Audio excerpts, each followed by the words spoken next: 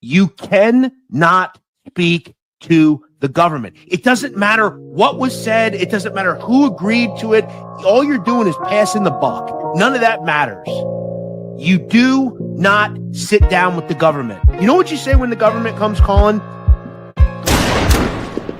That's what you say to the government in these people's world.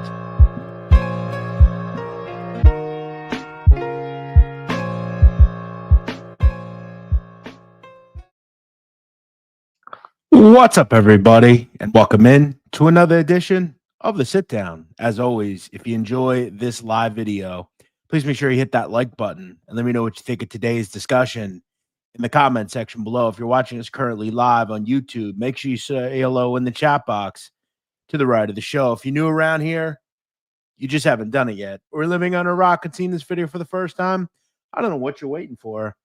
Hit that subscribe button below now so you never miss another sit down video. What's up, everybody? Welcome in. Happy Thursday. Happy Thursday. Hope everybody's having a great day. We are at the end of January already almost February. Feels like it was just Christmas, doesn't it? Man, time flies. I was talking with my mom last night about time flying. I actually went to my I didn't go to my high school, but I went near my high school, and I was just kind of realizing that, you know, I'm 2 years away from it being 20 years since I went to high school, since I graduated. I graduated in 2007, and it's amazing how quick time flies. But I hope everybody's having a great night. Tonight, we're going to have a little bit of a philosophical discussion, and I'll tell you why we're going to have this discussion in a little bit. Couple of programming notes. Please make sure you check out my latest video on news that I broke about, not necessarily news I broke about this guy being a guy that's on the take for the Gambino Crime Family, but I detailed two informants in this case, which was not known up until now. And, you know, as usual, we're breaking news in this genre, so make sure you go check out that video. We'll have some fun, and you'll enjoy it. So go check that out. I also have a video coming out on Saturday. It is Philly-centric, so that'll be a good one. So make sure you tune in to that. I also am working on something really big, which will come out over the next month or two. I don't have an exact date on it yet, but it's going to make people very interested. That's what we do. We make people interested in the mob genre. We're keeping it afloat. That's what we do. Shout out to everybody in the chat. Our guest is going to join us here in a second. I definitely want to think and talk about what you all think about today's subject. And I'm going to discuss why I brought this up in a second. Let's bring our boy in, our man, the guy that created this book right here, the Don, 36 Rules of the Bosses, which I have to say, as we bring him in, I want to highlight this really quick. This is one of the most well put together, attractive books I've ever seen. I have, as you can see back here, I have a lot of books. I mean, I have some of the greatest books about the mafia of all time, whether it be Five Families, Gomorrah, I mean, all sorts of great books. RJ, this, and I'm not just saying this because you're a friend of mine. You know, I know right where you are right now. You're about 7 minutes from me right now. You're a friend, but I mean that. I really believe this is a super put together book. It's attractive. It's sexy. It's you know, we had to fight for the hardbound, but you see, like, it's optical illusions on the end paper, where it's the, you know, it's 3-color print. It has like the original Mononera drawings inside of it. It's yeah, it's beautiful. It's hardback. It's pressed on the. It's unbelievable. I couldn't have asked for a better. I had the top art team, top design team in the world put it together, and so I can't. I'm so thankful to my agent. Like, it's fucking beautiful. Excuse my language, but I mean, whoever did it, I mean, they did a great job. I mean, it is so hard to not only write a book, but to get it published by someone other than yourself. Any fucking idiot can do a self-published book, but I mean, getting someone to pay you to write a book, you know, it's something I'll probably never do. It's something that most of us will probably never do. It's really, really impressive. And, you know, it's funny, JGB, it's funny you asked that. At the end of this show, I'm going to pick one of you, and I'm going to do a little drawing, and I'm going to get you a book personally. So yes, I'm going to do that. So stay tuned to the end. That'll be a good idea. I'll buy the book personally, and I'll make sure you get it. Can I give out? So can you pick like? How about you pick somebody in the chat and we'll give them an autographed copy? Okay, yeah, we'll do that. We'll figure out a way.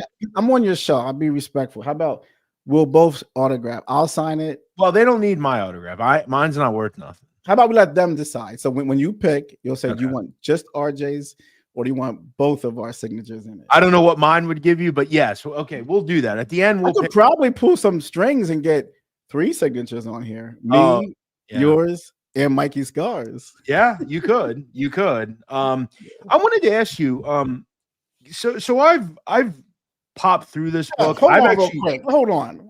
We did this a couple times back when I was on Black Handprint. We had a lot of fun with some of these. Like, no, we did. We did. You and I remember I found one. It came up on my feed recently. It was just titled Mafia Discussion with Black Handprint Mafia. It was just like the most mundane title, and we just sat there. But it did well. It did well. And look at how many people. And Jeff, we're still here, brother. 3 years later. And it's been we've come a long way doing this. I mean, 2025 will be my 4th year on here. I mean, I've been here 3 years, a little over, and we know this thing's tough. It's very hard to keep the hold or rise. If you can just sustain it, you're talented. To keep going, bro, we should. If I had a drink, I'd take a shot with you because we've been here and we're still succeeding. Well, and you're 100% right. This is not an easy genre. It is not. I mean, it seems like a fucking soap opera. You and I, the way we talk on the phone all the time about the crazy stuff that goes on.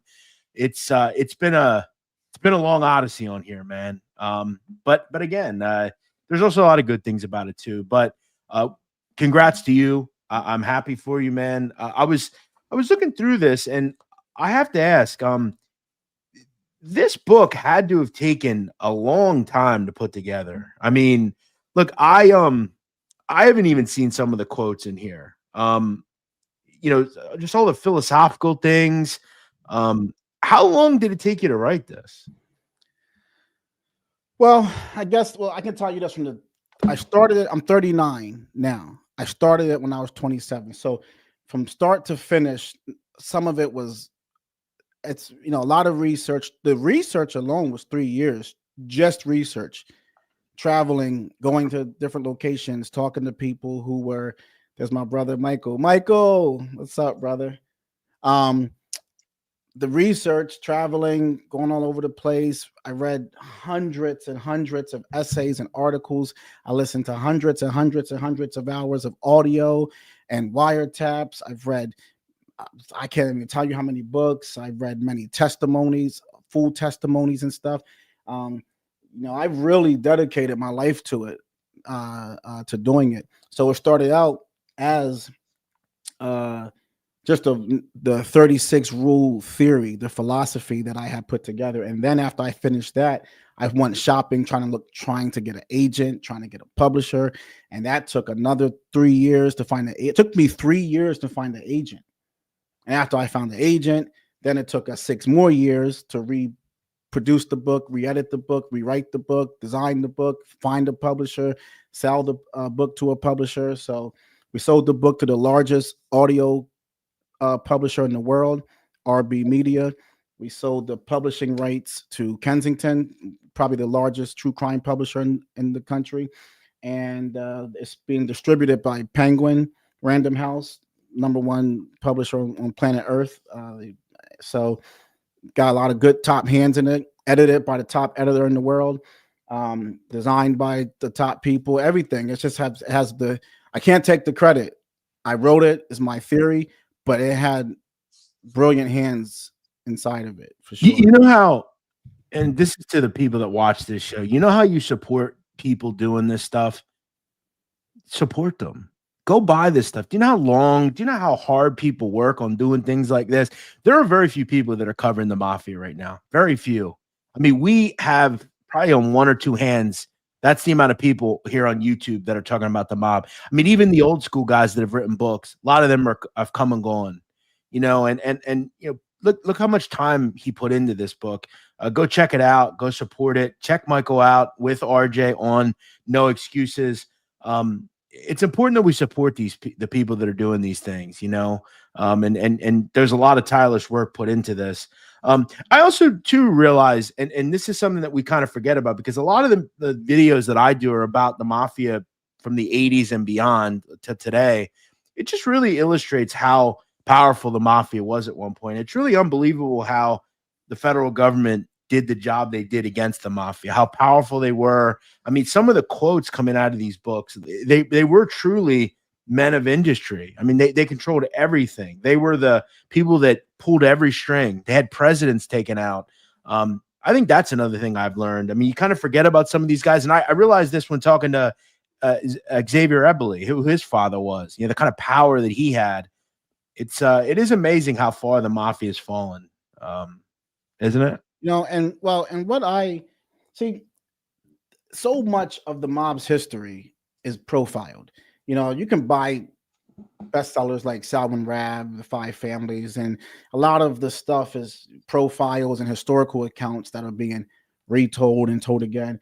But there really has not been anyone that's done like a philosophical look at the mindset of a mafia boss. Like what is the mindset? So all I did to study this book, I studied only the bosses. I studied every boss essentially in the history of the five families, from the time they came to this country all the way to the end of the mafia, over 100 years of bosses.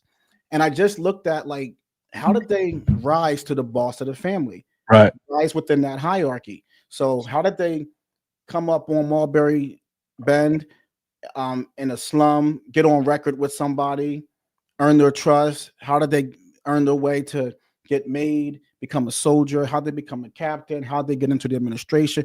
And I just looked at all these guys across the five families only. And what I started to find was these certain patterns that were existing, these behavior patterns that were existing among all the bosses, that things that they were doing that's very contradictory than what the mob claims. The true rules of the mafia are not what the mob says. So the mob says all these things that you can't do, but, and me and you always discuss this, bosses, what I have found, think very different than everybody beneath that rank. So Right. Bosses break rules to become the boss. One of my rules is Rule 10. I was going to bring up Rule 10, for instance, is kill the boss, right? Which over the course of time, we've seen that happen time and time again, right? When we look at the beginning of the mafia back, in the 30s, right, where Masseria is taken out, Maranzano is taken out, Dagula is taken out. We look at Albert Anastasia, Vincent Mangano, and it's funny. I've always heard, and I've always wanted to do a video about the most overrated mobster in the history of the mafia is Neil Delacroce, to me, because Neil Delacroce was such a pragmatist, but didn't have the balls to take what he wanted, right, and get rid of the guy in front of him, because that's what you have to do. I mean, everybody else did it before him. People did it after him. He was such a stickler for the rules that he didn't realize the most important rule was, you want to take something, you go grab it, and you get rid of your guy above you. And you're spot on. And I have that rule. Now, of course, the rule of the mob is the boss is untouchable. You need permission, got to go to the commission. But historically, bosses become bosses by killing their boss. Exactly. So, and there comes times where duty calls and you find out. So, and I discussed this before, the situation that Neil Delacroce was in with Paul and the Gotti faction of the family is very different than what like Tommy Lucchese was in with Tom Gagliano. There wasn't no problem in the family that existed for Tommy Lucchese to go kill his boss and take over the family. Duty called for Neil Delacroce. Had Neil did what he had to do, which what he was supposed to do historically in the Gambino family, I think every boss in the Gambino family was killed with the exception of Carlo Gambino and John Gotti. Up until well, I think, yeah. I mean, after John, it was different because we know where it is today. But you're right. I mean, Dagula taken out, Mangano taken out, Albert Anastasia taken out. I mean, you even look at some of Yeah. the underbosses during that point. Vincent Squilanti was taken out. All these different people. It is something to think of. John killed Paul to become the boss. Neil did what he was supposed to do. Again, Neil, perfect underboss. Yeah. An underboss, Neil is what a boss is looking for. Somebody that you don't got to worry about them galvanizing the captains against you. Somebody you don't have to worry about killing you when you're asleep. Somebody you don't have to worry about ever coming after you. So Neil's a perfect underboss.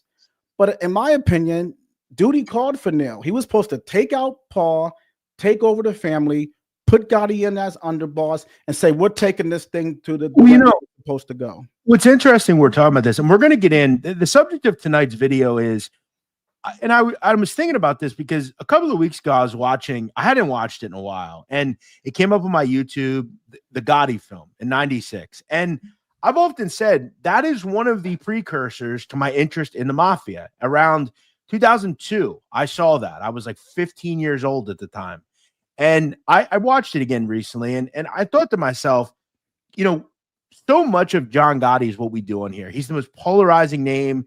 If I go down to the center of my city, which you know very well, and I ask 10 people, tell me, what is the first thing you think about when you hear the word mafia? Most of them are going to either say Tony Soprano, who wasn't real, or John Gotti, right? And he's such a polarizing name. And I thought about, what if he never existed? And what if the Gotti name never existed? What if all 6 boys that they had didn't exist? What would the Gambino crime family had looked like? But I heard a podcast John Panisi just did, and someone asked him, what if Neil had become boss? Do you think he would have instituted John as a successor when he died? And Panisi said he thought he would have. But I want to ask you, but before I do that, and I think about this a lot, you know, on YouTube, outside of Mikey Scars and Sammy, there's really not a lot of successful people on here, quite honestly, as far as former people. You have maintained the ability over the last couple of years to have success on YouTube, on Patreon. What's it been like working with Michael? Because you had a successful channel, you wrote a book, but working with someone's a little bit different. Yeah. Well, it was a learning curve. And so when I was on Black Handprint, I was the star of the show. And I was up front. I was the voice. I was the opinion. I worked on my own time. I did things my way. And it's very difficult. Well, not very difficult, but it is a process to go from being the lead to being a host. And learning, Michael has these like pregnant pauses, like where he almost like will pause for emphasis at times. So say something and kind of just let the air breathe. Like the guy is born to be on the microphone. I don't care what no one says. He's very talented on the microphone. But when you first start out, you don't know, you learn each other and stuff like that. So in the beginning, I would jump in and start talking or ask a question. So some of our earlier work is finding each other, but whereas now we're kind of on autopilot. But to answer your question, it's being a host. And I know, well, I ain't gonna get into that, but being a host is largely a thankless position, very thankless, because no matter what you do. So sometimes I take a lot of people to say negative things to me at times, not a lot, but it does happen. But you can't love Mikey Scars, the show, and hate me, because I produce the shows, I make everything, I produce the graphics, I edit the shows, I write the shows, I do so much for the show, and I do so much to bring this stuff out. You can't love me and hate him. You can't love him and hate me. We're working in unison. But Michael is so charming and captivated and so well-spoken that having me there, I'm always interfering with. I'm the opening act for Elvis Presley. I'm the opening act for Michael Jackson. Everybody's saying, all right, I want to see Michael Jackson. You know, I want to see, that's what I came here to see. But I will say it's a great reward for me because I get to work with probably the most important living figure, in my opinion. I said that before I started working with him. I made a show called The Last Capo on him. That's how we met. So it's a great honor that I get to contribute in this way to bring out bring somebody new, have new stories. I left my show to do this, which is not an easy thing to do. You walk away from a baby that you nurtured. You put your own baby up for auction, up for adoption, and you go do this other thing. But it's been good. We've always grown.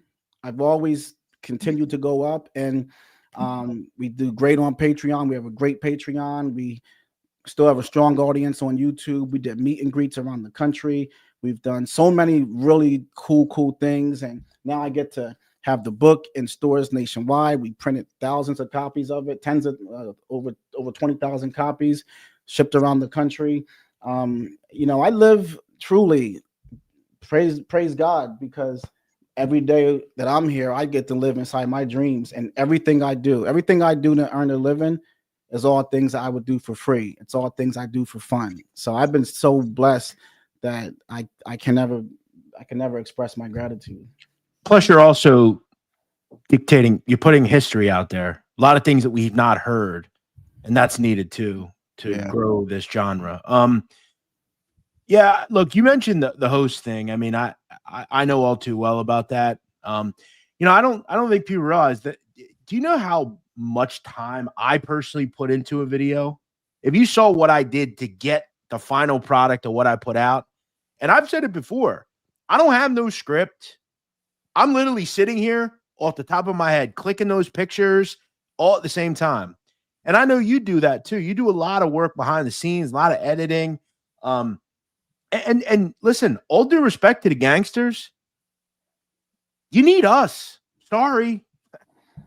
Jeff, we don't come. You know why you and I can survive? Now, this is where Michael's very intelligent. And I'm so thankful that Michael is not he's willing to say publicly what my contribution is. If it wasn't for him, it would be a lot harder for me. But Michael said to me early, RJ, this is what you do. Right. It's not what I do. Yeah. Michael trusts me with design, graphics, thumbnails, titles, editing a video, strategic direction, things like that. So he has been so intelligent in saying, and let's be honest, he's really the first guy. It's becoming the new thing that everybody wants to kind of follow this model, to say, let me get a historian and a host and someone that understands content. And no matter how mad you are or whatever you think about what we're doing, you have to say Michael made a good decision with all the things we were able to do. You can have the greatest fucking video on the planet, but if the title sucks, nobody's gonna watch it. And I've often said this about like I've told you, I think John Panisi is the best channel on here. I love his content. I tell you that all the time. I watch his videos all the fucking time. His problem is his titles suck. That's the issue. And I think some of these guys aren't willing to take the advice from someone like me or someone like you or someone I've been doing content for a long time. You know what I'm saying? So we all have the ability and the ingenuity to do that. But anyway, what has happened to certain channels once they step away from a person that has strategic vision, understands content, understands media. So you can get anybody from any mob family. He's what he did in the streets, but he's not a YouTuber. He doesn't understand iHeart or Spotify or Apple or audio or TikTok or Twitter or any of this stuff. Michael is really relying on me and his son for stuff like that. Me and Mikey Jr., that's put in a lot of our hands. So I think Michael's an example of how everybody should think who does this, that you can get somebody that helps you. And so many people are trying to grab every dollar that they grab only coins, but you can pay out a piece of what you're earning, and your piece is worth more, even though you get sometimes 50% is worth more than your entire 100 by by yourself. And Jeff, you talked about the behind the scenes work. I wish, because I talk to you a lot, I wish there could be a camera on you when you're preparing for a show. People don't know how often you call Mikey Scars. Hey, Michael, can I ask you a question about this, and that? Hey, RJ, do you know anything about this? Do you have a book on this certain subject? Hey, I found this thing, but I want to make sure it's accurate. And I asked 2 other people. I want to ask you, and I want to ask Michael just to make sure that my sourcing is good for this. People don't know how many sources that you have that are not even on that. Listen, I can never say who believes that you can make this stuff every day for 3 years. I talk to people in the background. I have spoken to people. I have met people. I've talked to people. When you do this, people reach out to you. People tell you things. You meet sources. You got things that people say off the record, and they'll tell you this, and you can never speak about it, but you know about it. So there's a lot of information that really, truly does make their way to content makers. So anyone who thinks that that's like a conspiracy, it's not true. It really is. When you do this, you meet a lot of people, but I wish people could see like kind of maybe like the work that goes in to this, because this is harder than what it's not just turning on the microphone and going live. This is all to keep your credibility. And as you know, you can get one thing wrong, do one thing, and you're out of here. Life can change on you real quick in this thing. This is all I do. For the most part, this is my whole life. You know, I put a lot of work into it, but at any rate, I don't think people want to hear us, because I'll be people in the comments. All they do is talk about themselves. They think they're the greatest thing ever. Da, da, da, da, da. By the way, JT Man, are you drunk tonight? JT Man, what's going on with you? JT, you're telling Mikey Jr. to shut his mouth. Who are you? Who do you think you are, Mike? JT, relax. What's wrong with you tonight, JT? You're usually in a good mood. Relax. Do you know JT, RJ? No, I don't. Okay, he says he is drunk. All right, well, settle down, brother. Settle down. Okay, RJ, let's kind of talk about this, because I want to just kind of talk a little bit about the name Gotti and how synonymous it is with the mob. We know that.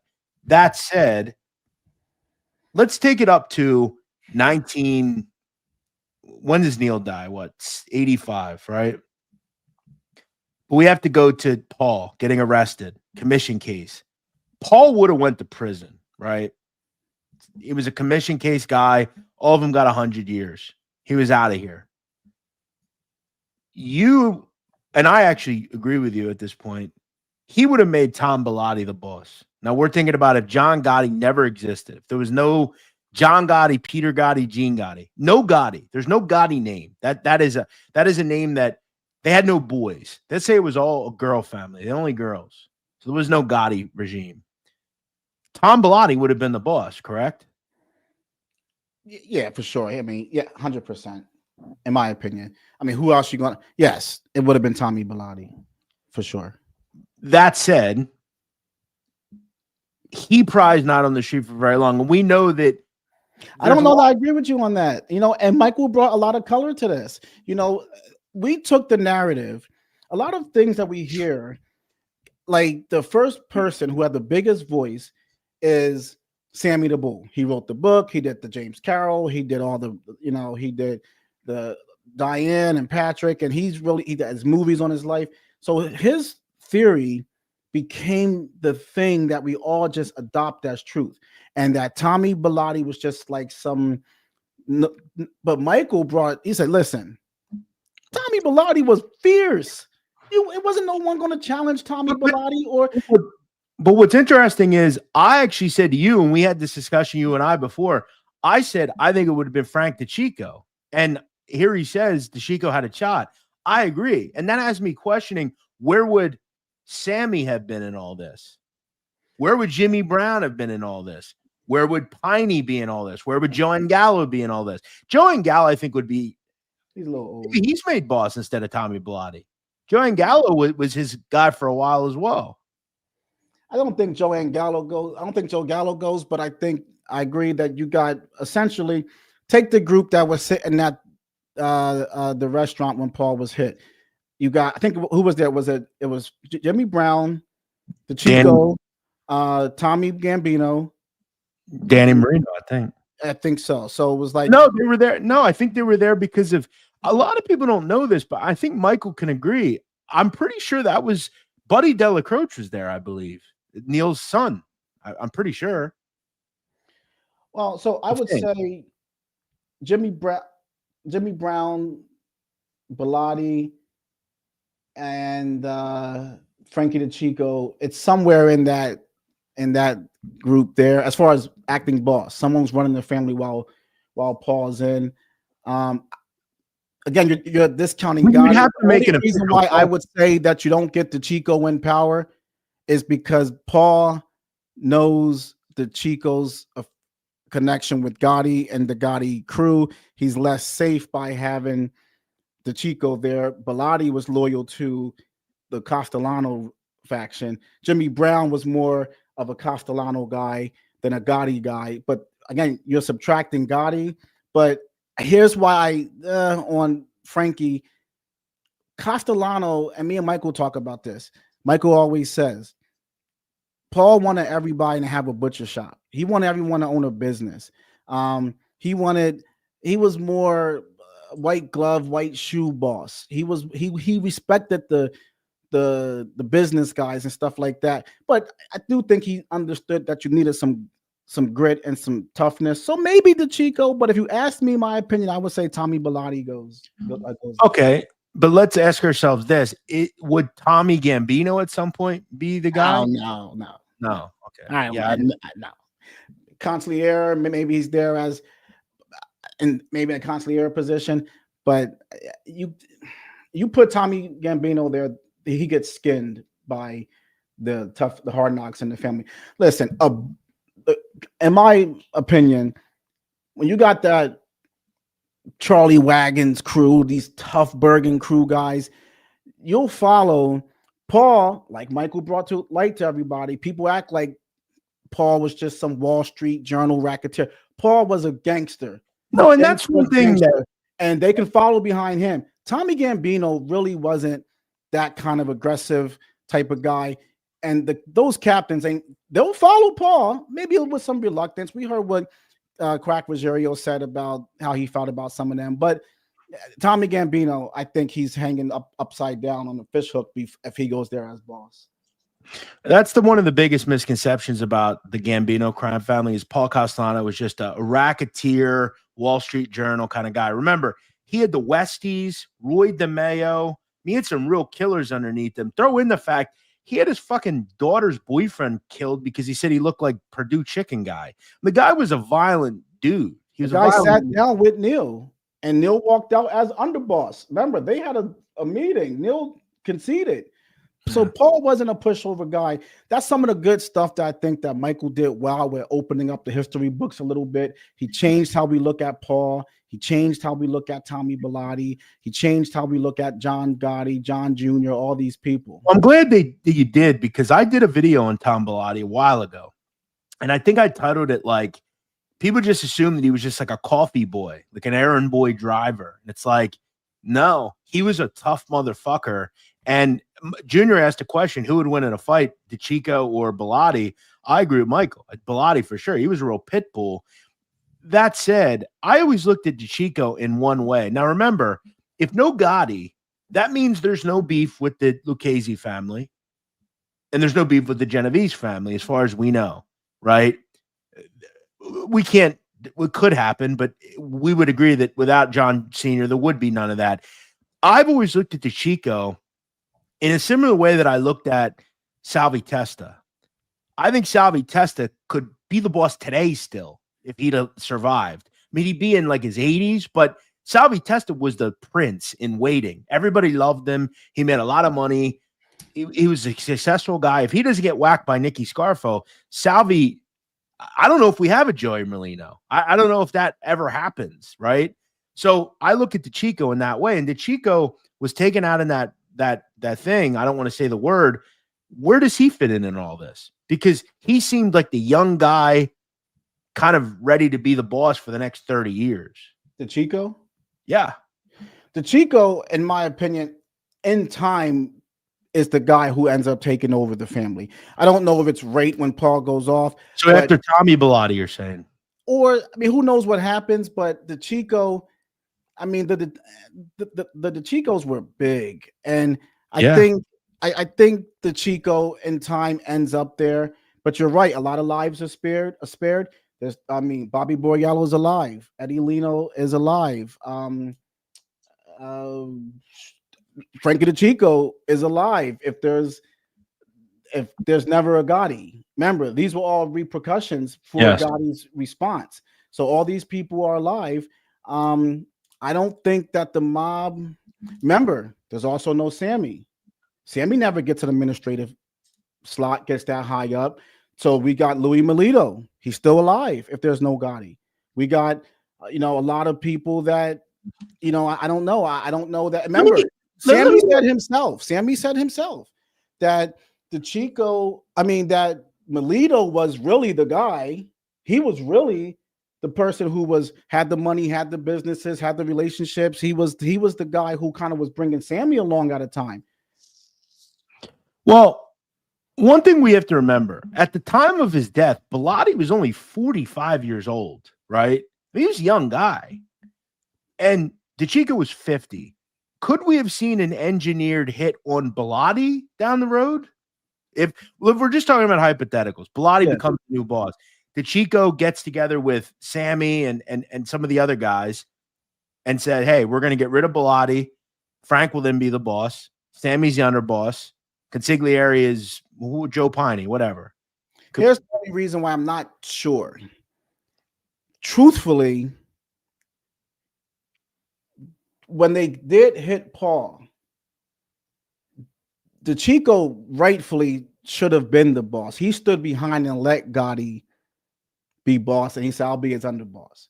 So I wonder would DeChico have just been okay with sitting at number 2 behind Bilotti? Because remember, a boss is a boss. That mindset, again, I talk about it all throughout this. Studying the psychology of a mafia boss, the social strategies, the social behaviors of a boss, they don't dither. A boss goes for boss, period. He ain't sitting behind. He ain't doing nothing. And that's what I'm saying. Because Gotti and DeChico killed Paul, and DeChico said, I'll sit as his number 2. That makes Gotti was never taken number 2. I love that part in the Witness to the Mob where Sammy goes up to DeChico and says, why don't you want to be boss? And DeChico says, I could be John's underboss. He could never be mine. And John's a boss.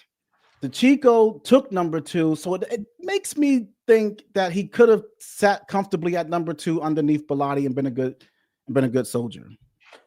Let's say in 1989, Tommy Bilotti's indicted. He's taken off the street. Rico, see ya. The logical replacement is DeChico, right? Tommy Bilotti, I say, now on that point, you're down to Jimmy Brown or DeChico. I'm going DeChico. Well, Jimmy Brown went away, though, and what? And he goes away for the Fred Sammy. White. No, he goes away. No, but that took Sammy. Remember, there's no Sammy because John ain't there. Sammy never comes. What I'm trying to achieve here is everybody is this. Everyone becomes a mobster in the Gambino family. There's just no Gotti family. So let's say Sammy still becomes, okay. Well, that's different. So let's say Jimmy Brown's out of the way too, because he's pretty old by that point. Then it's DeChico, I say for sure. Okay. Now remember, no John Sr., so no John Jr., no Peter Gotti. Okay, so they're all now. I don't know. Yes, there's no. The only Gotti that's there, if there's no Gotti, is Gene. Gene's no there. Gotti. Do you think that Gene's only there because of John Sr.? No. I think out of all these people, I think if Gene never gets involved with drugs, I think he's the boss at some point. Like because John Sr. would have been arrested eventually. I mean, he just would have. No question. It's funny because Michael always says that it wouldn't have mattered, even if John didn't get caught above the rate. John loved to talk too much to not get caught at some point. And he had the right mindset. He sold his kid. What's he saving money for? All of us are going to jail. It's like. Before we continue, Nicole, you know what's so funny? When John's on tape saying, I'm going to get caught on tape bragging about Tommy Gambino. and I'm gonna get him arrested because I'm talking so good about him. And it actually happened. Exactly. Now, remember, he did get his case thrown out. He was the only person that had that happen. The other three people, one flipped, and the other two people died in federal prison. So, and Tommy Gambino lived a great life and died, in his own bed. Before we continue, Nicosia Connection, $49.99. Thank you, my friend. That's very nice. You haven't seen you in a while. This guy was an original day one. Yeah, Nicosia. He's a nice guy. Yeah. For Black Handprint. This guy was so, I haven't seen him, even a comment from him in a while, but hey, brother, I appreciate you so much. This guy would make little videos about me and stood up for me some of these commenters, people don't realize that they carry influence like what we do in the comment section though.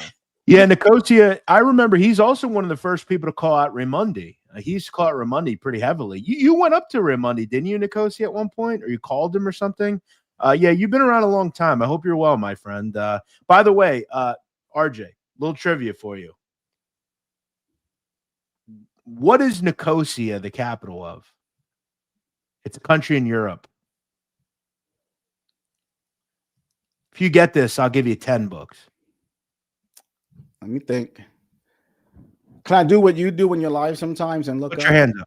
Put your hands up. Because okay. Don't look it up. Don't look up. Let me think. Come on, 5 more seconds. Can I phone a friend? Let me ask Michael. Hey, Michael, type in the chat. Cyprus. That is Yeah, Cyprus. To people who don't know, Jeff's very good with geography. Very good. I'm just really smart in general. A lot of people don't realize that. You're not that smart, Jeff. You're not that smart. Chris Breeder says, "What's Salvatore Mangiavillano up to lately?" We're not gonna mention him. Let's just say he's still alive. Okay, Chris. That's the guy that went after Sammy, right? That is him and Huck Carbonaro. I got to meet him before. I met him. You've met Fat Sal. Yeah, of course. Yeah, you told me that. I didn't want to bring it up, but I had dinner with him. Yeah. Fat Sal's still around. He's doing okay from what I've heard. Okay, so no Junior, right? So Junior's out. I guess not a lot would change. I don't want to know a fun fact about Fat Sal real quick? Go ahead, yeah. Very knowledgeable on mafia history. Really? Yeah, very knowledgeable. We should get him on here at some point. He's very, very knowledgeable. Fun fact. Okay. Yeah, I feel like a lot of guys are. No, they're not. They're not. No. A lot of them only know about what they were involved in. There's very few historian types like Michael. Michael is the best, I think. And I'm not saying because he's my partner. Michael knows his history of. He actually went. Did you know that Michael went to Junior Gotti when they were running the family? And he said, "Hey, you know what? We should do something where we teach these up and coming guys about the history of the mob, and teach them about this class." Yeah, so because he thought it would be helpful and all them. And Junior, he didn't really want to do it. But isn't that kind of funny that he was like, "Hey, let's sit these guys down and tell them who Salvatore D'Aguila was. Let's tell them who founded the Gambino family." I mean, I'll tell the five families. If you guys want to hire me, I'll do it. I'll teach you guys. I'll be like a professor and a fucking. Let me ask you, why do you think so many people ask us, or a person in the mob sometimes, or commenters will say, "Well, Jeff, you were never a part of the mob, so how could you know?"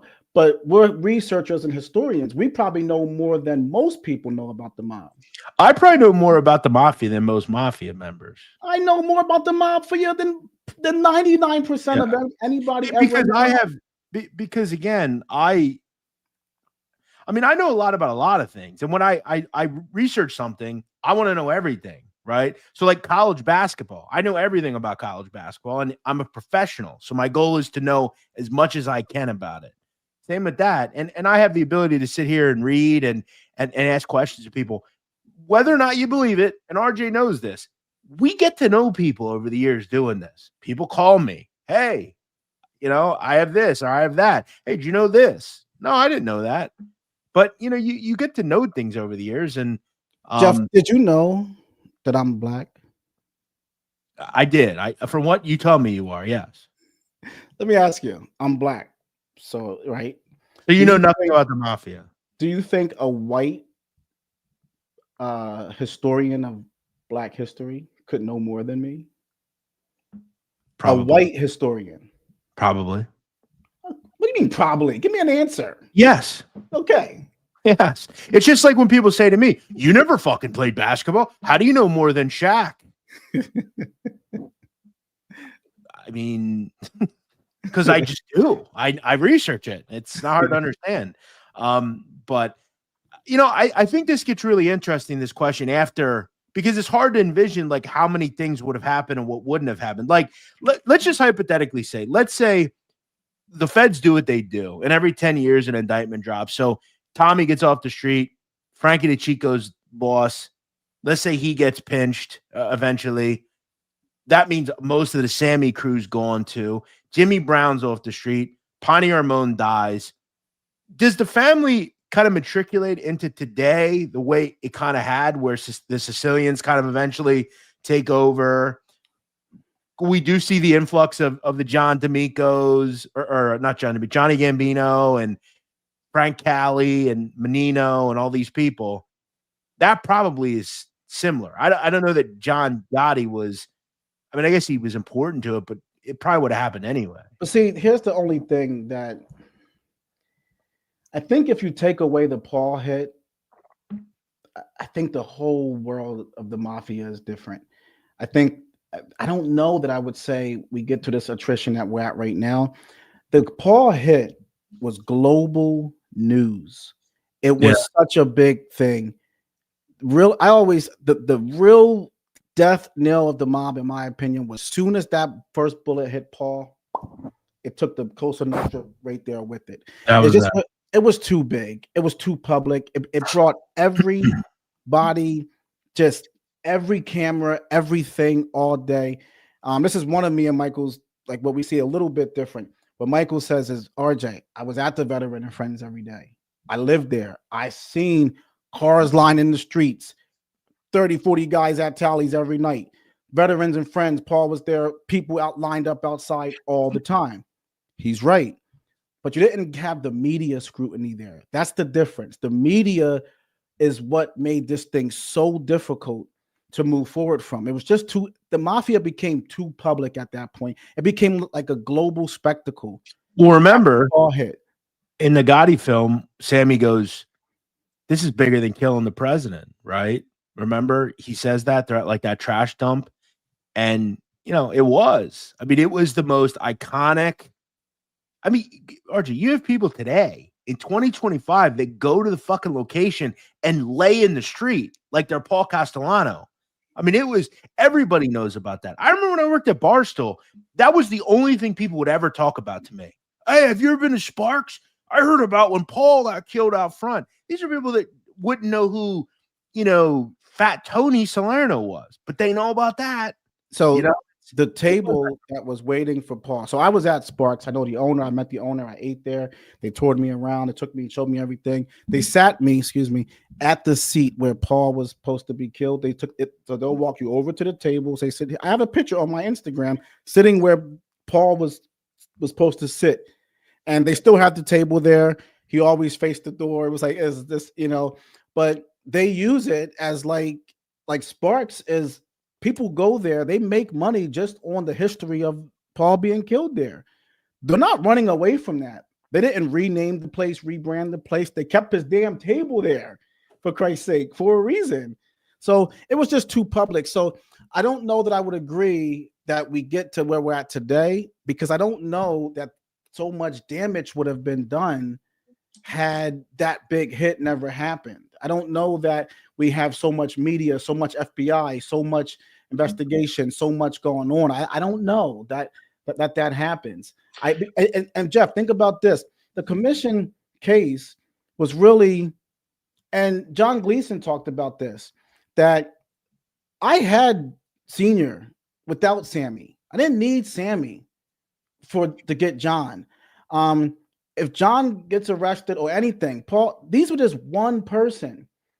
John Gleeson said, I was able to break the power structure, get layouts, get structure, get order, find who's where and who's doing what unions are being run, what person's there. Sammy's information is really, and this is according to Gleeson, Sammy's information is what gave him the power to take down all those really, really big people that controlled big things on the docks, the waterfront, that had all the union control and all that kind of stuff. So I really think if you take John away, there's no Paul hit.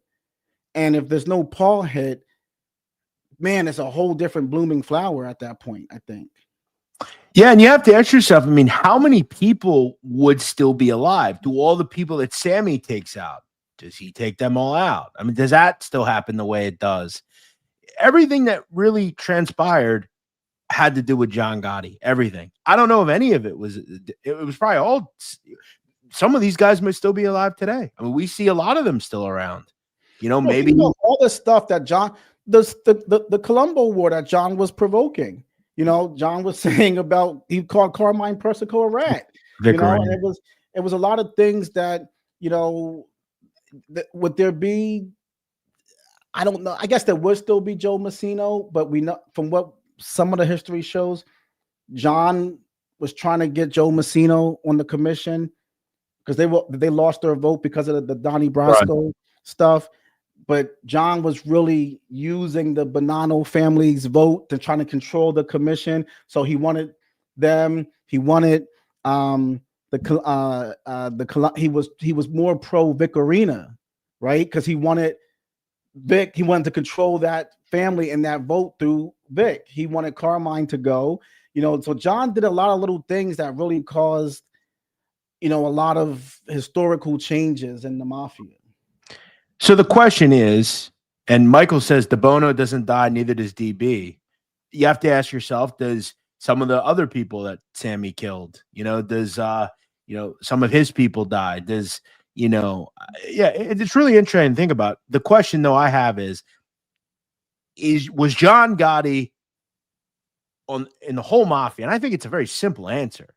Was he a net positive or net negative? And he was absolutely a net negative. Like, without him existing, the mafia would have been much stronger. Well, no, no, I don't think anybody would argue that. Well, there are some simps on here that would say it would. Now, but you have to look at it in two ways. Two things can simultaneously exist. I always say that. So John represented the most pure element of what Cosa Nostra meant. When John said Cosa Nostra till I die, be it an hour from now or be it tonight or 100 years from now, it's going to be a Cosa Nostra, he meant it. This guy just had this fervor for it that, even historically speaking, hard to find. He's of the ilk of the original guys that came over here that will go out on a mattress, the guys that will fight it out till the end, the 1880 guys, the 1900 guys. John's of that ilk, of that bloodline. So I think what people love about John is, damn, this is what I am. It's who I am. It's almost like that Carlito's Way when he's talking to Gil. He's out. He got the money. He got the girl. He got the pregnancy. He's going to sell cars. And Kleinfeld needs help. And he's arguing with Gil. He says, it's who I am. It's what I am. I can't change that. I can't change that. Yeah. John is so convicted. He was so hard on what he believed. That's the love that people have for him. And that's Michael's love for him. And that's not that. You're 100% right. And that is, I can properly understand that. In the dictionary, he is a mobster. That is the definition. But his behavior and the things he did surely was a net negative. I want to ask you, because you know him best. You know Mikey Scars best. What does Mikey Scars' trajectory look like without John Gotti? Now, we've discussed that a little bit. And, well, it's two ways I can say this. Would it have been better or worse?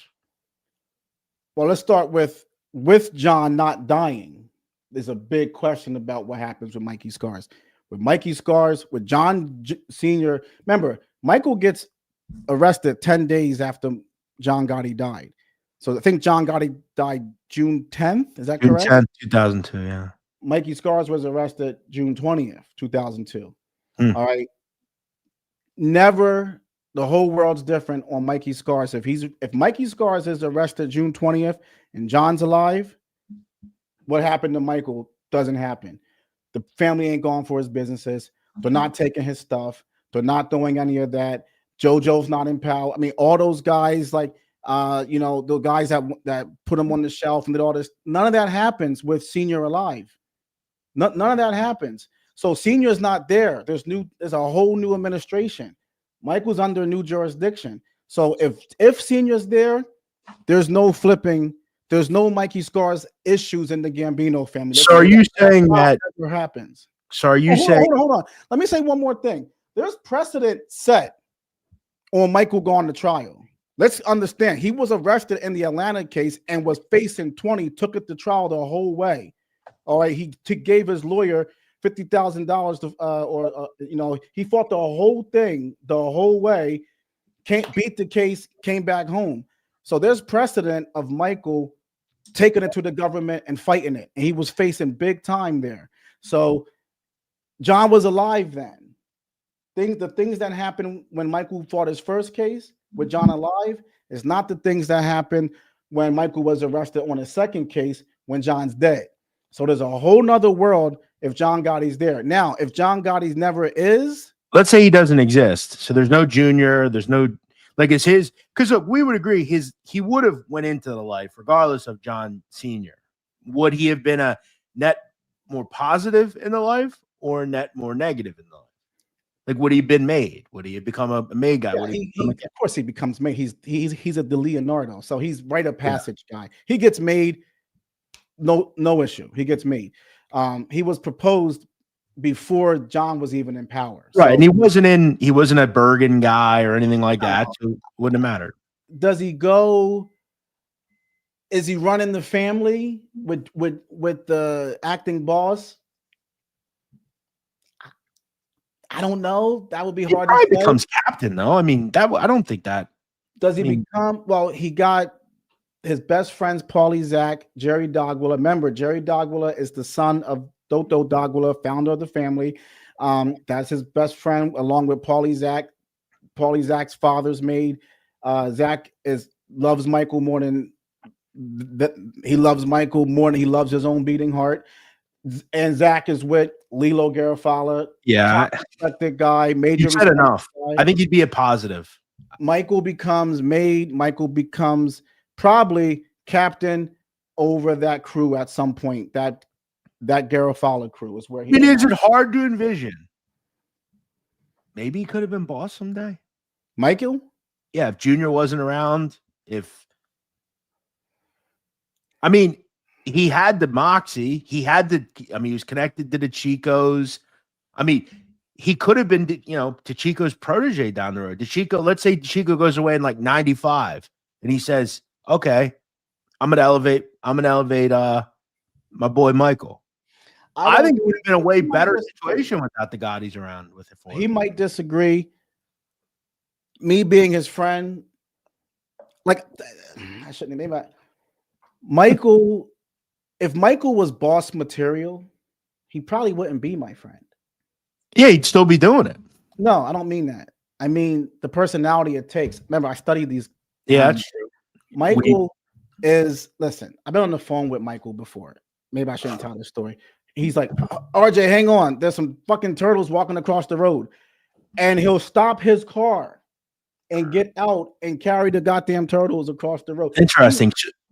He's a nice, Michael is like, he said this before, conciliere was probably his position. Like that kind of intermediary. He's a pragmatist. He's a very analytical, thought out guy, but he's not deadly. He's not brutal. He's not, and you need a little bit of brutality in you to be a boss. Well, I'm not saying that just killing everything, but you need to be able to make that call if it's needed. And I don't know that he would want to kill anybody. Thank you for watching, Matt. And thanks everybody for watching.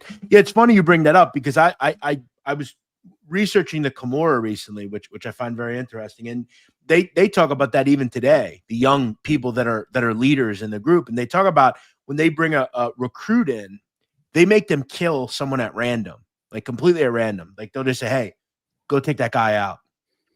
And they say they do it because they're trying to take out the humane part of everything they have in them.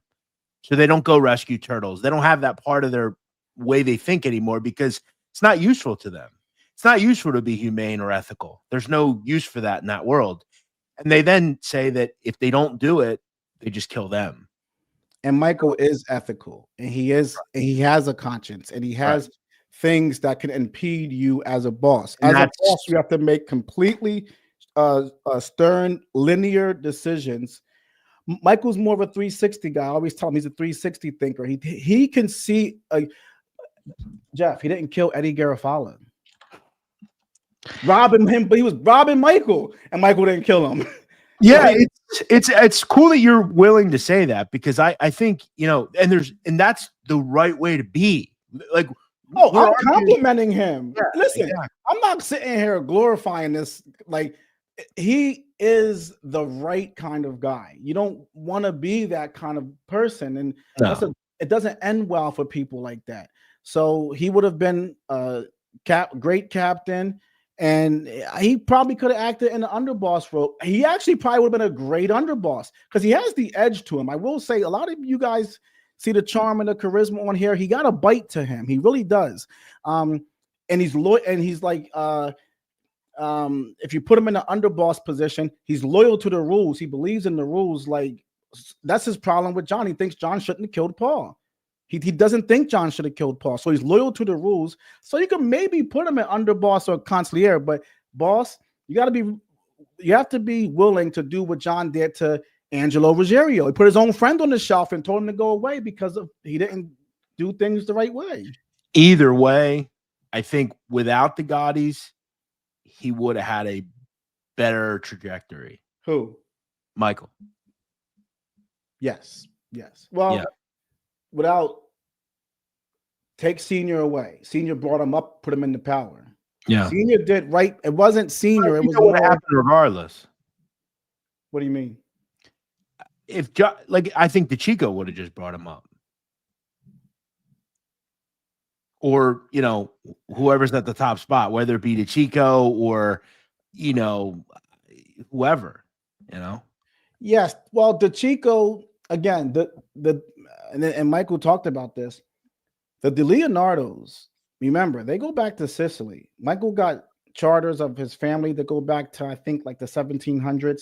His grandfather, Vincenzo left, went to Sicily, had a meeting with Don Vito Cascioferro. This is how far Michael's lineage goes back. The DiLeonardos were known for being very loyal people. They were very, very known for being loyal to their bosses, no matter what.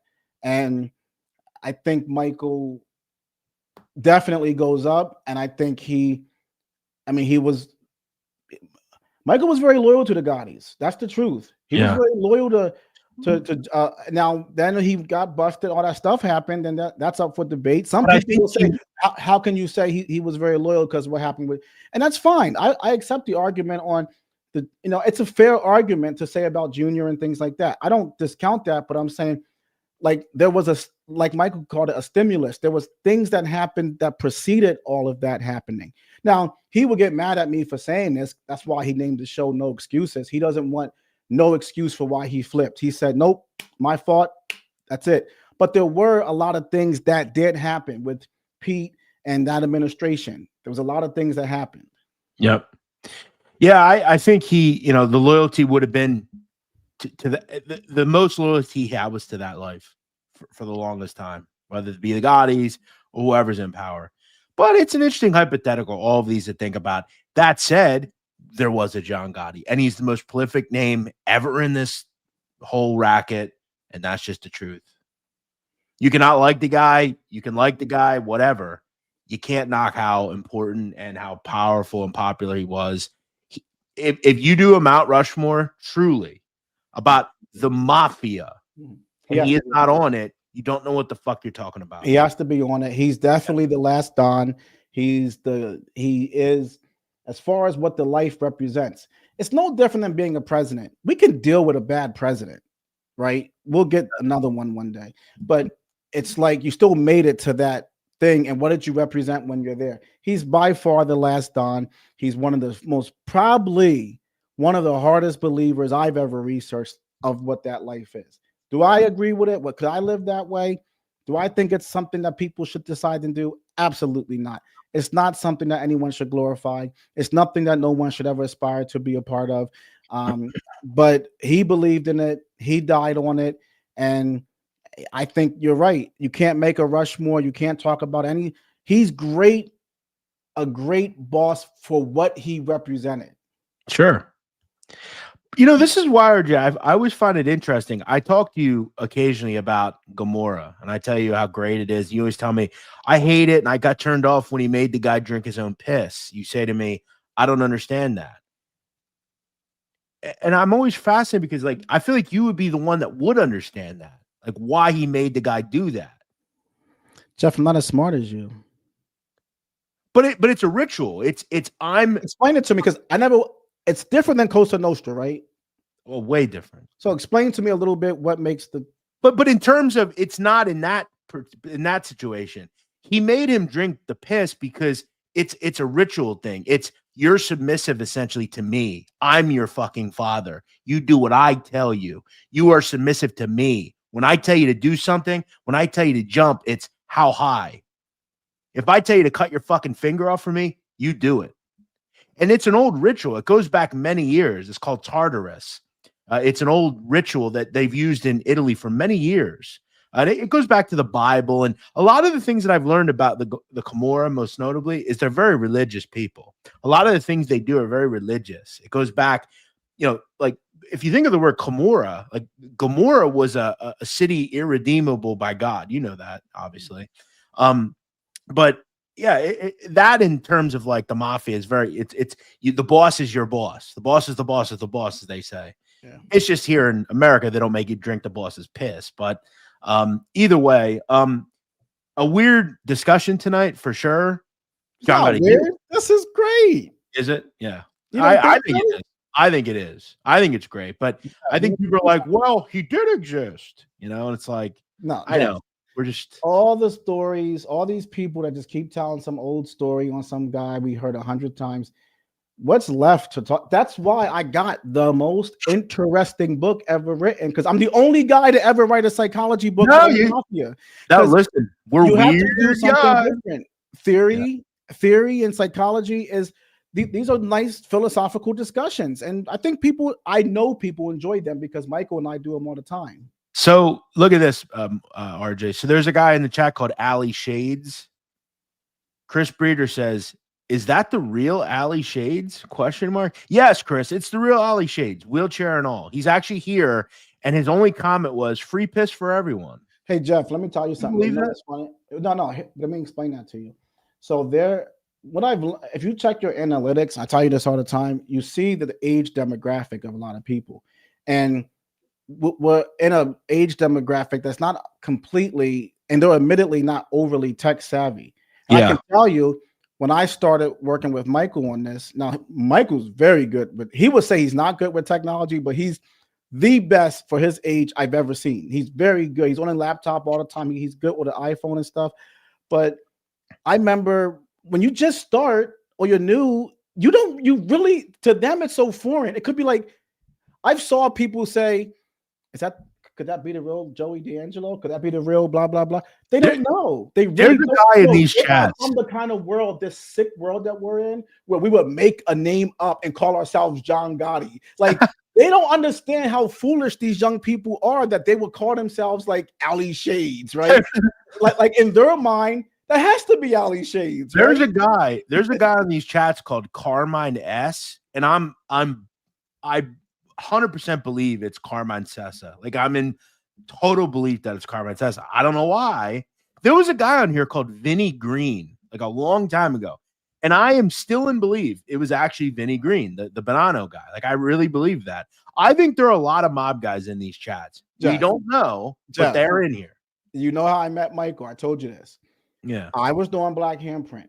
I kept getting comments left from this guy that was saying, "Oh, great video, but you got this wrong." Or, hey, Michael DiLeonardo was leaving me comments underneath my videos for months on Black Handprint. This is before I knew him.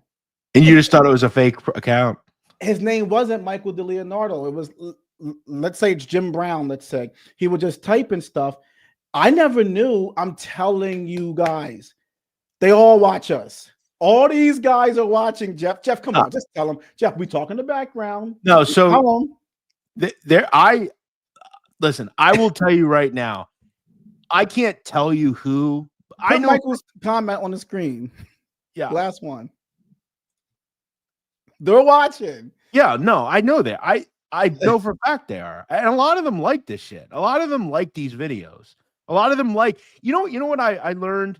A lot of the older wise guys that are still around, all they really do is sit around and talk about the old days. And we talk about that on here. Like, we talk about this situation and that situation, and what if this happened and what if that happened. I think in some way it's like nostalgic for them, right? I'm sure some of them don't like it. I'm going to guarantee there's plenty that have my fucking face on a fucking dartboard somewhere. And if they could, they'd beat the fucking shit out of me if they Why could. would someone do that with your face? Well, I don't know. I'm a cute guy. Many women think it. I get it. I agree. Some of us would. Some of them would. Maybe this is the Alley Shades. Alley Shades, thank you for watching. Alley Shades Malangone, everybody. Awesome. It's therapy. Yeah, I've heard that, and I agree. Sergeant, what are you burning the midnight oil? You're at the office late tonight. Bro, listen. I just did a pre-record with Michael at 8 o'clock until 9:50. Came on with you. It's 11:15. I worked all day. Yeah, it's just me. But this is not work, Jeff. Come on, this is like, come on. How could we live the dream life? You have to admit, we live a good life. No, listen, a lot of people try to clown me. They try to make fun of me. They call me a catfish and, oh, he's this and he's that. Listen, here's what I'll tell a lot of you folks. A lot of you to change your life with mine. I guarantee it. You know what I'm going to wake up tomorrow and do? What I want. You know what I'm going to wake up Monday and do? What I want. You know what I wake up Tuesday and do? What I want. I do what I want when I want. And that's the great thing. You're right about that.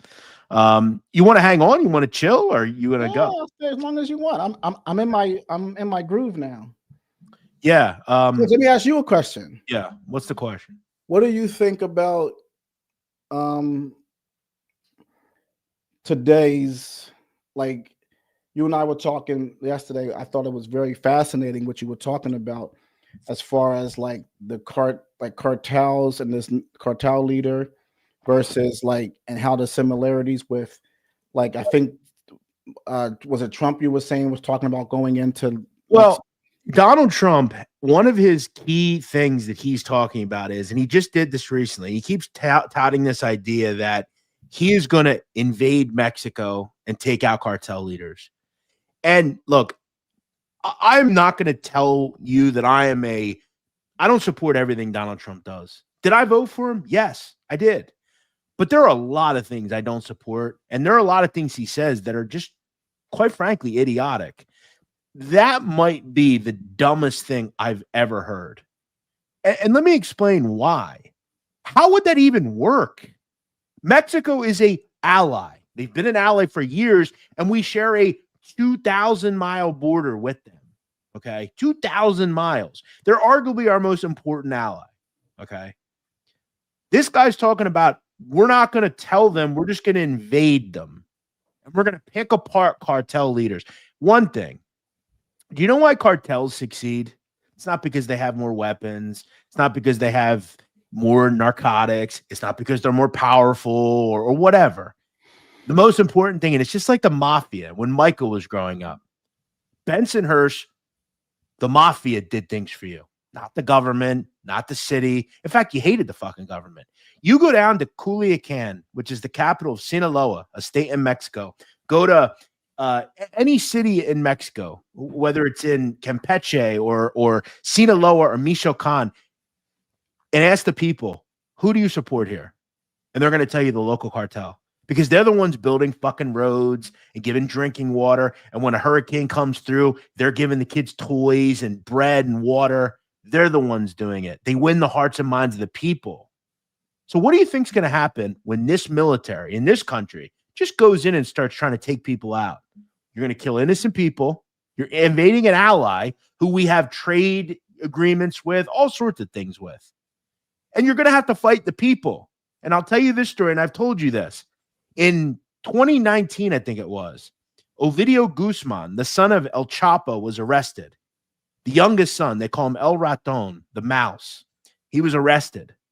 Within 3 hours, over 1,000 cartel sicarios mobilized and began bombing, literally sending drones, lighting fires, and they pressured the Mexican government and they released him.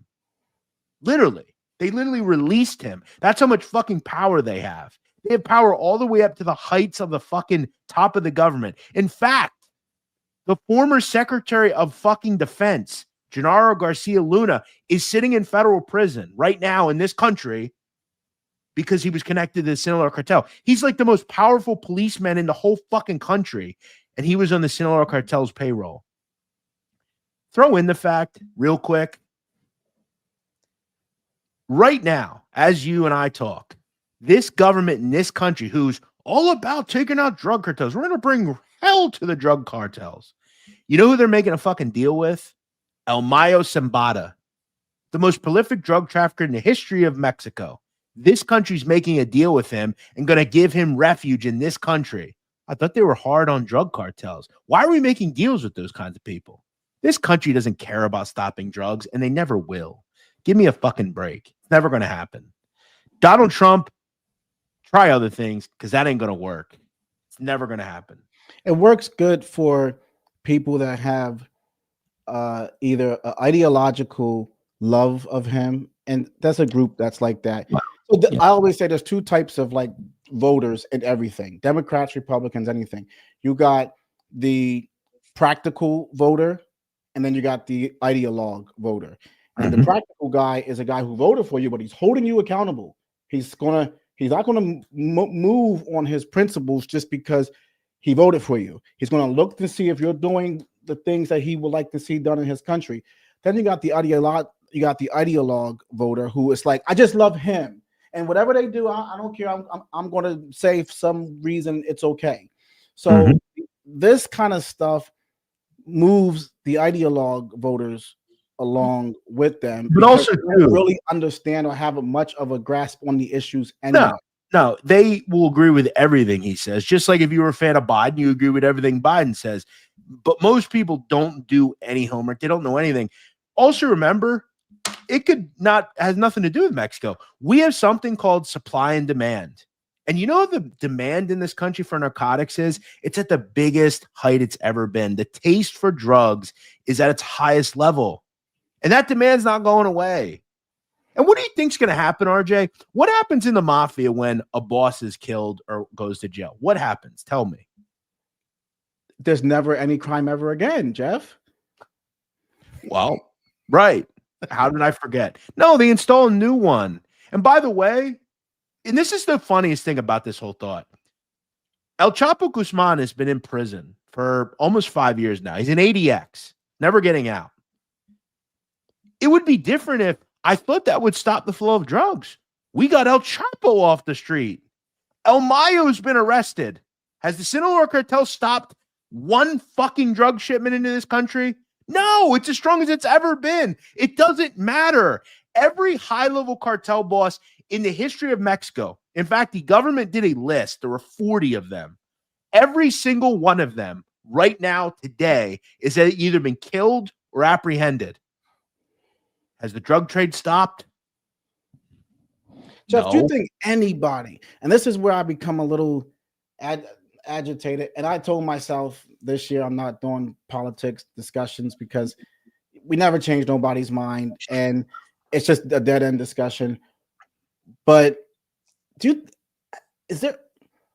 how can, in my opinion, with the technology and the ability that our government has, if they wanted to stop drugs from coming into this country, it could be done. If they wanted to stop it. But they could, but it wouldn't just be stopping drugs. Because remember, shutting the border down is not going to stop drugs from coming in. It's not like drug cartels are giving backpacks to people and that's how drugs get in. Drugs come through ports. Can you explain, Jeff? Now, I know this. But you're a wizard with this. Can you please just do me one favor?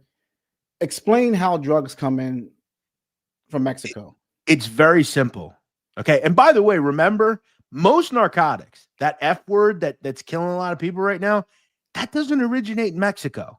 Okay. It originates in China, that big country, China. That's where it's coming from. And by the way, I don't know if people know this, but that stuff you put up your nose, the party drug, that doesn't originate in Mexico either. There's one place on earth where you can make that, and it's in South America. Mexico's like a trampoline. Boom, boom, boom into America. But how narcotics get into this country, it's real simple. They come through ports, straight up. Those big carriers, that's how they come in. And the problem that this country has, just like every other country, they can only look at about 5% of the cargo coming in. It's literally impossible. It would never happen. But let's say they did. Let's say there was a way that every fucking can was checked.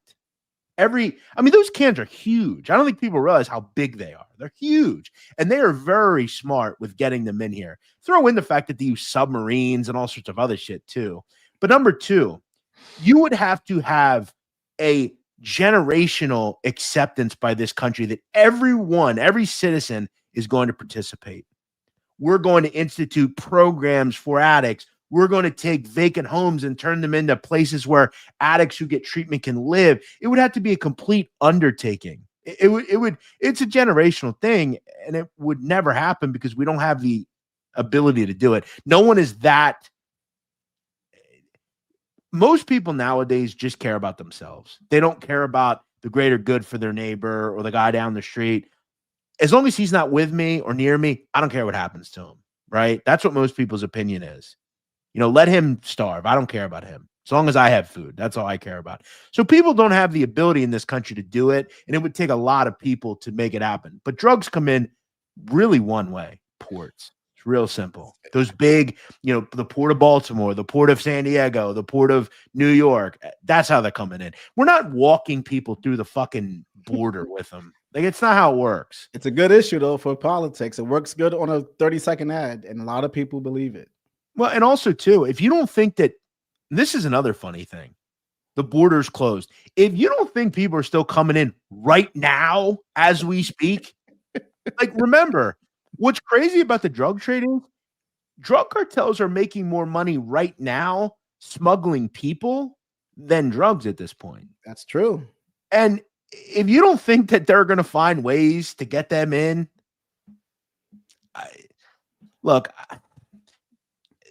all I'm saying is just think about, like, again, how would that even work? Where would you even go to find, like, right now, the biggest drug trafficker in Mexico is El Mencho, right? He runs this cartel Jalisco in the way of Generacion. Where would you even go to look for him? And what people don't realize, do you know how much security there is to get to him? You have to go through like 10 levels of security before you even get on his fucking mountain where he is. Like, where would you even go? And let's say you did get him. Well, someone else is going to assume the role, just like it always has happened. The supply and demand for narcotics is always going to be there. It's a global trillion-dollar business. To just think that we're going to go in and eliminate the cartels and that'll stop. Like it's some mythical being that we're just going to find and they're all sitting at a table and we just take them out and everything just stops. It doesn't work like that. And we're the biggest problem. We have the fucking demand in this country. There's so many people that do drugs. It's not even funny. Wow, you're on it. Yo, this is great. It's like music. Everything you're saying, I agree 100%. But he says it, so it's got to be true, you know? But again, ask yourself this, Mr. Trump. If you're so big on taking these people out, why is your Justice Department making deals with these people? Why are they doing that? Why aren't we prosecuting El Mayo to the fullest extent of the law? He sold drugs for 50 fucking years. I mean, thousands, hundreds of thousands of people have died at his direction. We're making a deal with him? Why? Literally Google it right now. El Mayo plea deal. You'll find it. It's on ABC News. It's everywhere. It's a fucking disgrace. What are we doing here? Eliminate the cartels. Yeah, we're going to make them foreign terrorist organizations. So we're the same country that doesn't want to accept refugees and illegal immigrants. But now we're going to have to accept refugees because when you make something a foreign terrorist organization, guess what, RJ? You have to accept the refugees whose lives are at risk now. That's how it works. That's what these people don't. They don't know. They just say what people want to hear. And if it's not Trump, it'll be Joe Biden or Kamala Harris or whoever. It's all to get votes. Yeah, it doesn't matter what. It's not uniform to one particular party. It's a Washington government problem. It's an institutional problem. It's not a Trump thing. It's not a Harris Biden bomb. It's a systematic thing that's going on here. And yeah, but that was good. Also, one final thing, and I just want to point this out. Let's say we find a Haitian national that's a criminal, right? And we deport him. Okay. I just ask people, if one person will think differently, just think about the person that's coming here. Why are they coming here? Why is a Haitian national of military age coming to this country? Well, because this country is completely lawless. There's no government. And why don't we go to those countries and say, okay, why don't we try to improve this country so these people don't have to come here and they can stay in their country and live and survive and live the life they want? Because I'm going to guess a lot of them want to stay where they are. Like, we help every other country, but like Haiti is literally burning and we do nothing about it. What is Haiti? 100 miles from our shores? We do nothing about it. We just let them burn. It's literally controlled by gangs. Think of that. The mafia controls in Haiti. The mafia controls everything. Like, everything is controlled by them. 70% of Port-au-Prince is controlled by gangs. And if you don't join, you die. And then when someone comes here and they're a criminal, we say, criminal, fuck him, get him out of here. Do you know what he's had to do? Do you know why? He doesn't have a choice like you and me. If I want to join a gang, I go join one. They have to. There's no other option. Put yourself in their position one time in your very nice house, just for one time. Think about who's coming here and why they're coming here. I'm not making excuses. We have to do this. But why can't we do it with a little dignity? Just once. Do we have to laugh at them? Do we have to parade them and laugh at them as they're exited? Why do we have to do that?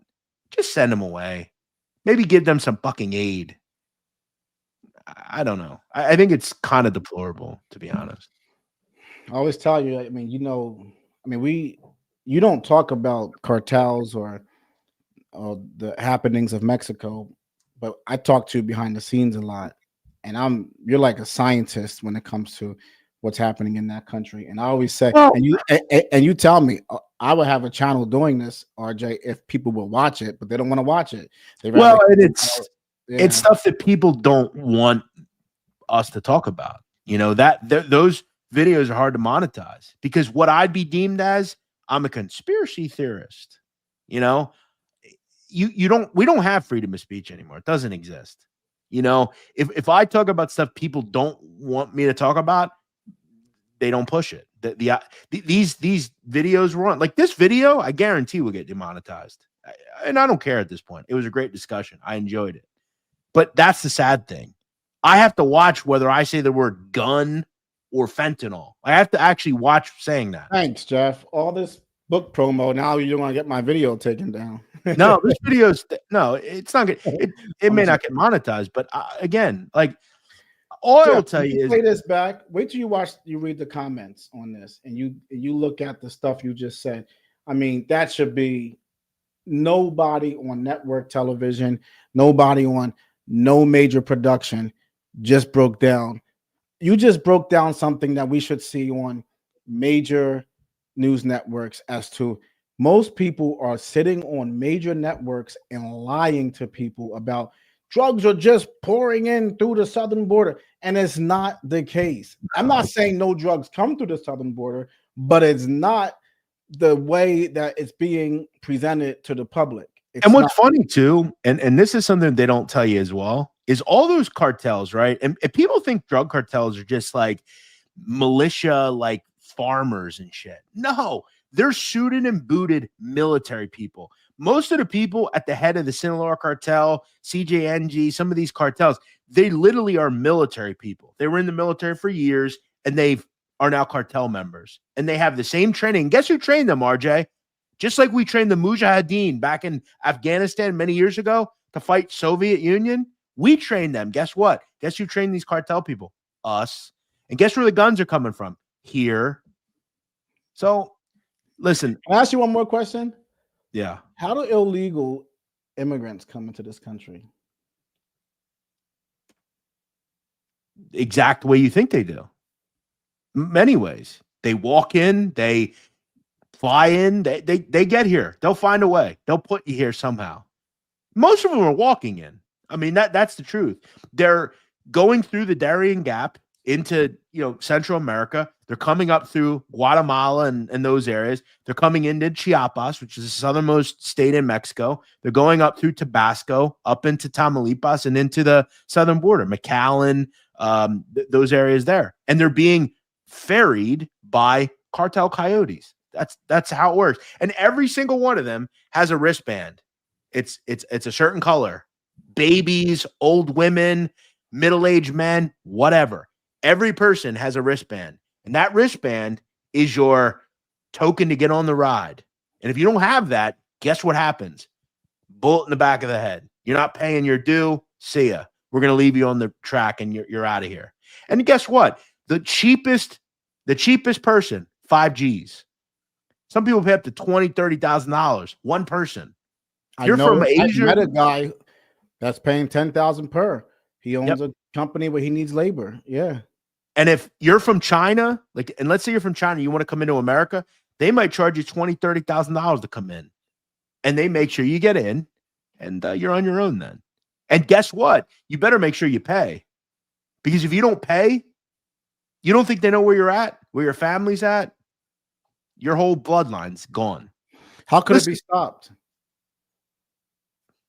I mean, you know how the coming in through the different ways. Is there, if you were advising, let's say you got to advise President Trump, and he's the president now, and he said, Jeff, how could we?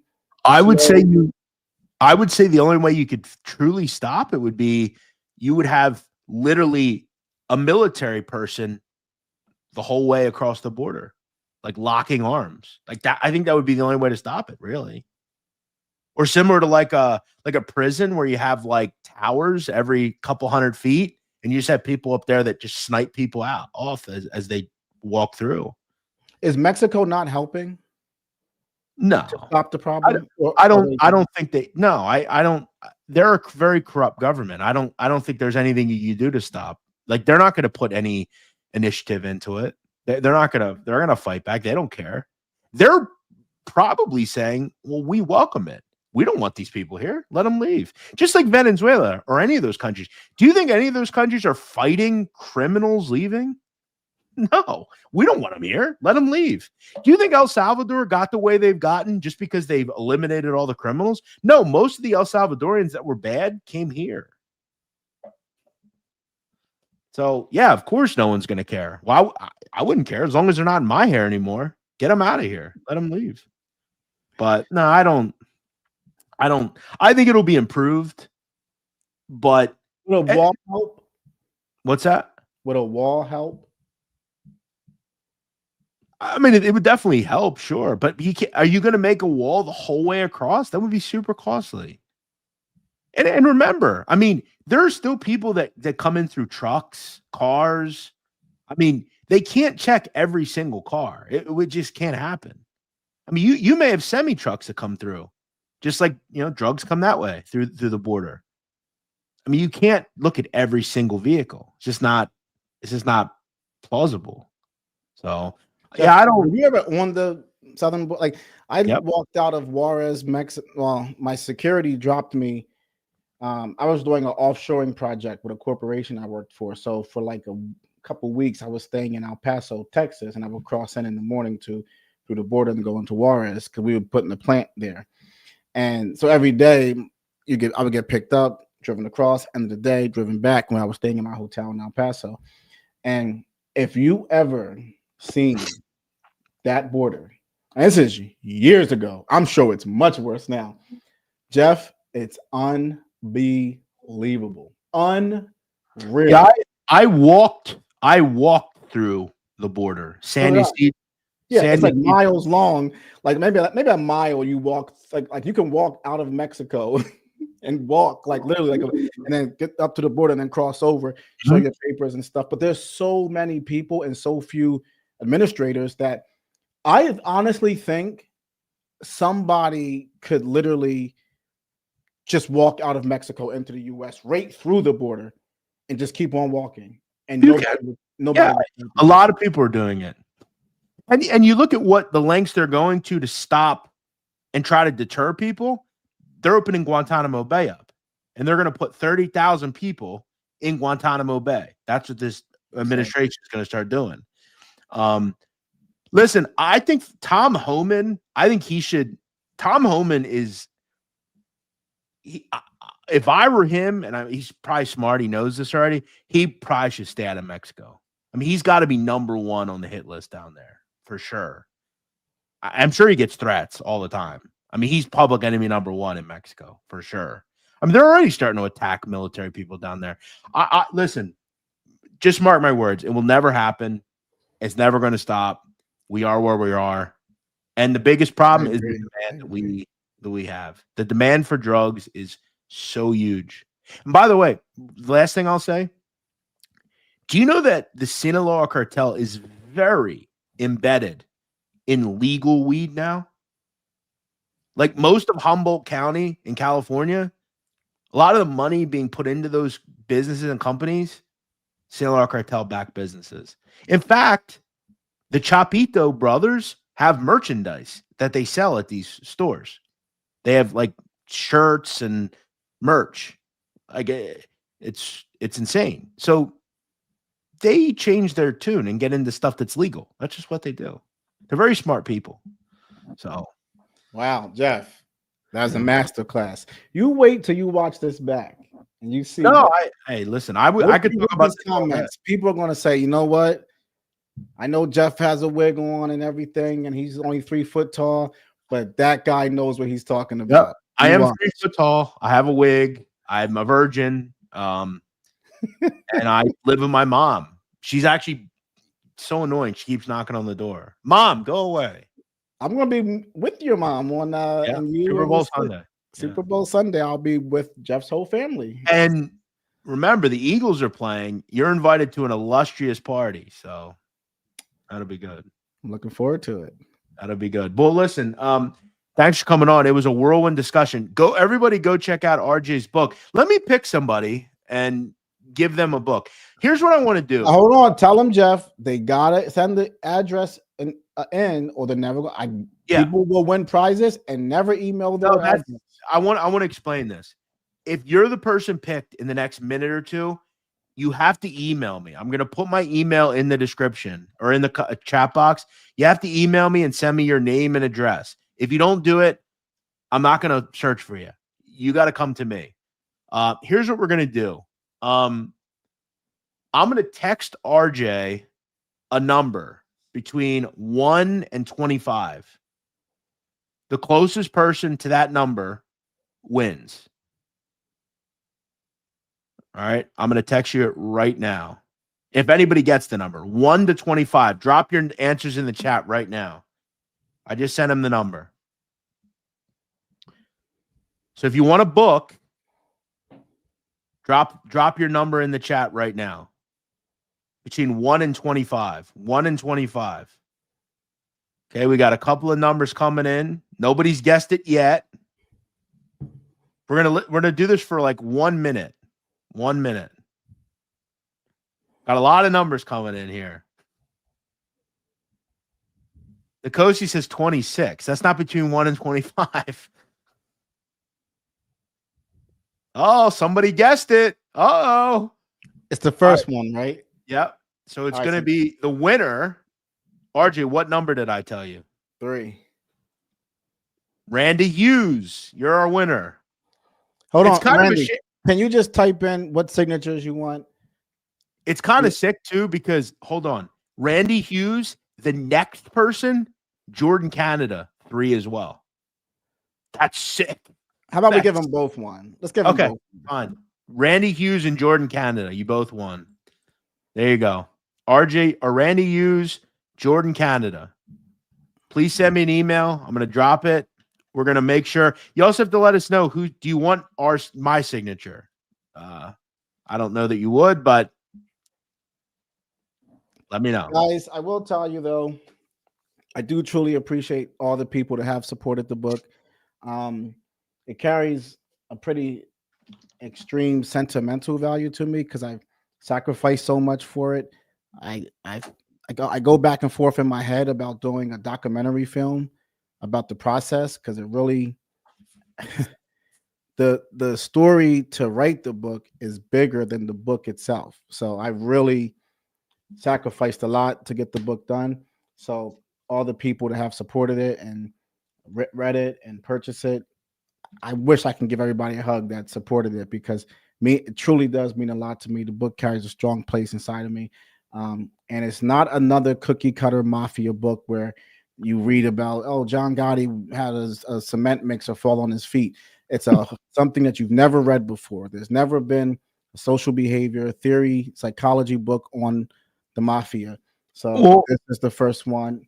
And what's interesting, what I found, my theory is that I'm not saying all people are gangsters, but I do believe that gangsters are people. And anytime you're trying to rise within a hierarchy or rise to a position of anywhere that power is at, and there's a hierarchy there where you have to move up a chain, doesn't matter if it's legit or illegit, the rules are always the same. And how you get to that pinnacle, the process is the same. If you're a banker, a businessman, a CEO of a Wall Street firm, a mafia boss, someone in academia, or even somebody that wants to rise within the Catholic Church, the rules are all the same. So it's funny you bring that up. If you watch The Wire, that's the same thought in that show. Everything, it's all connected, right? If you're a cop, a drug dealer, a newspaper man, a mayor, it's all about statistics, and you got to step over the next person to get to where you want to go next. It's always about everybody themselves, one person. Either way, that is the real, like, I didn't go into it with that understanding, like really completely knowing that. But when I was done and I looked over the 36 rules, I'm like, wow, I can use it. You can use it. We all can use it. So it acts as a self-help book. You can be entertained by the mafia and the psychology and theory of the mob, but also learn and grow in your own life. So the big question, though, are you a bestseller? No. Should I lie and say I am? Are you saying? What are you telling me? Some people do. So, I mean, you should. What do you mean? A lot of people lie and say they're bestsellers. I didn't know you got numbers. I thought you got numbers a week after you put your book out. Is that true? I don't even know what my book sold yet. I'll find out in the first 90 days. I'll get a report and find out. Interesting. Yeah. But I will but I debuted #1 in criminology and on Amazon. It's only 5 accredited. There's only 5 bestsellers list. It's USA Today, New York Times, Amazon, indie booksellers, and there's one other one. But they're like, it's 5 agencies essentially that are looked at like the 5 bestsellers list. Forbes, I think it's Forbes. So I have not landed on any of those, not at this point. Will I? I think I will in time. But you will. But it's done well. It's doing well so far. Books are really, the hard thing about books, bro. 50% of the country reads 1 book or less per year. A lot of people don't read. The book market is a really small market now. Audio books are becoming more and more popular, but this here, what we're doing is the new book. Information used to carry through the hardback. Now we got podcasting and all these different ways and that people consume information. So, but if you have something that's unique and something that's new to the world and something that you really took your time on, you can maybe. But a book really isn't your profit center. It's what you do around the book. You can go do speaking engagements, and it's like a really great business card. It's what it acts as. You can do I'll tell you what, it's huge, man. In this world, you're 100% right with that. It's access to do academic things. Yep. So it gives you an academic placement. So I can go to universities. I can maybe get some contributorships on networks, and it will give me an access to a different class, a different part of the world. Absolutely. 1,000%. Yeah. The guys that won, Randy, Jordan, make sure you send me an email. We'll make sure you get hooked up. We thank everybody for watching. It was a good discussion tonight. We talked about all sorts of things, and I'm happy you all came and joined me. Again, new video coming out. Jeff has a book proposal that's out there, and Jeff has I'm not going to tell people what it is, but Jeff actually has a really good book idea. I do. It's he has a treatment written up, and he's it's actually a really good idea, and it's unique. It's a unique idea, which is hard to find when you're writing books. But here's what I'll tell you. I'm not doing a self-published book. It ain't gonna happen. I want a company that wants my book. Well, listen, a self-published book, it's so I did 3 self-publishes before I got a major deal. Self-publishing is very, very difficult to sell books, but I'm a respecter of self-publishing because it's hard. I mean, it's hard to write anything and complete it. And going through a self-publishing process, I'm a respecter of anyone that can write a book. The only problem with self-publishing is, see, I have a publicist, I have an agent, I have marketing people, I have people who stock my book in warehouses. So there's thousands and thousands of copies sitting in a warehouse. There's like if you go to Barnes and Noble right now, I'm on the front glass when you walk in. Tons of books are sitting there. Yeah. So you sell books through placement. Self-publishing, there's no stock on a book. It's POD. It means print on demand. The book's not even created until someone buys it. So it can be very hard to move units in self-publishing, but there's a lot of honor in self-publishing because I've done it. And I took a self-published book and got a traditionally published book. So there's an honor factor to it, but it is very, very. I had a self-published book when I started Black Handprint. I might have sold 30, 20 copies. Yeah. And I would talk about it on I did over 1 million views on Black Handprint. I told everybody about it. I posted it. I talked about it. I can check. I don't think I sold 40 copies, 30, 40 copies total in a whole year because it's not placed in airports. It's not in coffee shops. It's not where people can see it. You got to have a book placed on. And if you don't have much of a following, it's really hard. It's like having a podcast and nobody knows it exists. It's hard. But hey, listen, you don't got to worry about that. We'll see if mine never gets off the ground. That said, Jeff, you're getting to a point as a media brand that you're getting big enough where because they want you to have a media following and being able to create your own content. You're the only one of us that got a multifaceted media brand where you got TikTok, Twitter, audio, Patreon. Oh, by the way, I'm glad you brought that up. Before we go, guys, do me a favor. I've been posting on Instagram for about a month. We're already up to about 20K. Look at that, RJ. Already, I'm posting heavily on Instagram. Go follow me. But you're right. That's important when you start a brand. Everything. You got to be on every platform. And you I haven't succeeded at that. I did fantastic on the pay site on subscription model. My Patreon, I might be one of, if not the most successful mob Patreon channel ever. We're probably one. I mean, I carried it for 2 years. We did pretty well over the last 2 years. If we're not, I mean, as far as you can launch them, but I think you definitely are for sure. I probably am. So I've done well on Patreon. I did well on YouTube, but I haven't really all the other socials. I haven't succeeded there yet. Right. The Dawn. 36 Rules of the Boss. Go check it out. Please support the book. Do you guys want to know my agent mad? My agent gave me like tens of thousands of dollars and stuff, and we put all this money into it. They spent over 6 figures before they even freaking put the book in stores. Don't make everybody regret working with me. I want you guys to go buy it. If you like me, you like RJ, go buy it. And I think a lot of people have, and a lot of people will. My mom bought it. I bought it. Do you guys want to know what my video is on Saturday? Should I tell them what it is? I have the thumbnail. Should I show it? What is it? Do I know? No. Oh. I'm going to tell you. Do you guys want to know my videos on Saturday? Should I tell them, RJ? Sure. I'm going to put it on the screen.